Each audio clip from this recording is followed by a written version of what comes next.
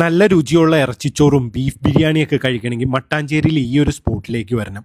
ഈ ഒരു ഇക്കേനെ കാണുമ്പോൾ നിങ്ങൾക്ക് ഏതാ സ്പോട്ടെന്ന് പിടികിട്ടിയിട്ടുണ്ടാവും. അതെ, നമ്മുടെ മട്ടാഞ്ചേരി പള്ളിയുടെ തൊട്ടടുത്തായിട്ടുള്ള നൂറിയ ഹോട്ടലാണ് ഈ ഒരു സ്പോട്ട്. ചെന്നപ്പോൾ നല്ല തിരക്കുണ്ടായിരുന്നു. അങ്ങനെ ഒരുവിധം സീറ്റ് പിടിച്ച് ഞങ്ങൾ 2 ബീഫ് ബിരിയാണിയും 2 ചിക്കൻ ബിരിയാണിയും ഓർഡർ ചെയ്തു. ആദ്യം ബീഫ് ബിരിയാണിയാണ് കഴിച്ചു നോക്കിയത്. നല്ല വിശപ്പുണ്ടായിരുന്നതുകൊണ്ട് മോന് ആ ബീഫ് ബിരിയാണി നന്നായിട്ട് ഇഷ്ടപ്പെട്ടു. ഞാനും ബീഫ് ബിരിയാണി തന്നെയാണ് ട്രൈ ചെയ്ത് നോക്കിയത്. ആ ബീഫിൻ്റെ പീസൊക്കെ നല്ല സോഫ്റ്റ് ആയിട്ട് പീസ്, അത്രയും സോഫ്റ്റ് ആയിട്ടുള്ള പീസ് ആ എല്ലിന്നൊക്കെ ഈസി ആയിട്ട് ഊരിപ്പോരുന്നുണ്ടായിരുന്നു.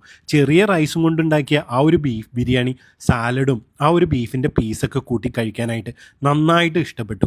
പിന്നെ ഞങ്ങൾ ട്രൈ ചെയ്ത് നോക്കിയത് അവരുടെ ചിക്കൻ ബിരിയാണിയാണ്. ചിക്കൻ ബിരിയാണിയിൽ 2 വലിയ പീസ് ചിക്കനും ലോങ് റൈസുള്ള കൊച്ചി സ്റ്റൈൽ ബിരിയാണിയായിരുന്നു. ബിരിയാണിയുടെ ഒപ്പം അച്ചാറും സാലഡും ആണ് കൊടുക്കുന്നത്. പുളിഞ്ചാറാണ് സാധാരണ കൊടുത്തിരുന്നത്. ഇത്തവണ നാരങ്ങച്ചാറായിരുന്നു ഞങ്ങൾക്ക് കിട്ടിയത്. പക്ഷേ ഒരുപാട് മസാലയൊന്നുമില്ലാതെ നല്ല സോഫ്റ്റ് ആയിട്ടുള്ള ചിക്കൻ ബിരിയാണി തന്നെയായിരുന്നു അത്. പക്ഷേ ചിക്കൻ ബിരിയാണിനേക്കാളും എനിക്ക് കൂടുതൽ ഇഷ്ടപ്പെട്ടത് ബീഫ് ബിരിയാണിയാണ്. ഞങ്ങൾ കൈ കഴിയുമ്പോഴത്തേക്കും ഇത്രയും തിരക്കായിരുന്നു. 130 രൂപയാണ് ചിക്കൻ ബിരിയാണിക്കും ബീഫ് ബിരിയാണിക്കും ചാർജ് ചെയ്യുന്നത്.